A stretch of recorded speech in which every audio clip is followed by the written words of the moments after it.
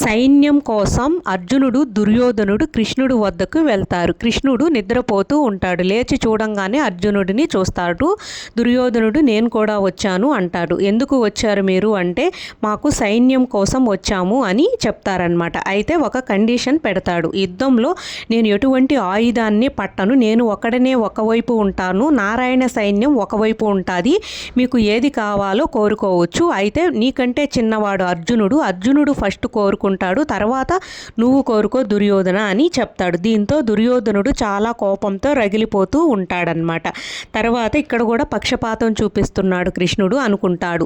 అర్జునుడు ఏమని కోరుకుంటాడు అంటే మాధవ మీరు మాతో ఉంటే చాలు, మాకు ఎటువంటి సైన్యము వద్దు అని కోరుకుంటాడు. దీంతో దుర్యోధనుడు చాలా సంతోషంగా ఫీల్ అవుతాడనమాట. అంటే మిగిలిన నారాయణ సైన్యం ఎన్నో అక్షోకిన సైన్యం అంతా నాకే వస్తుంది అని చెప్పి అనుకుంటాడు.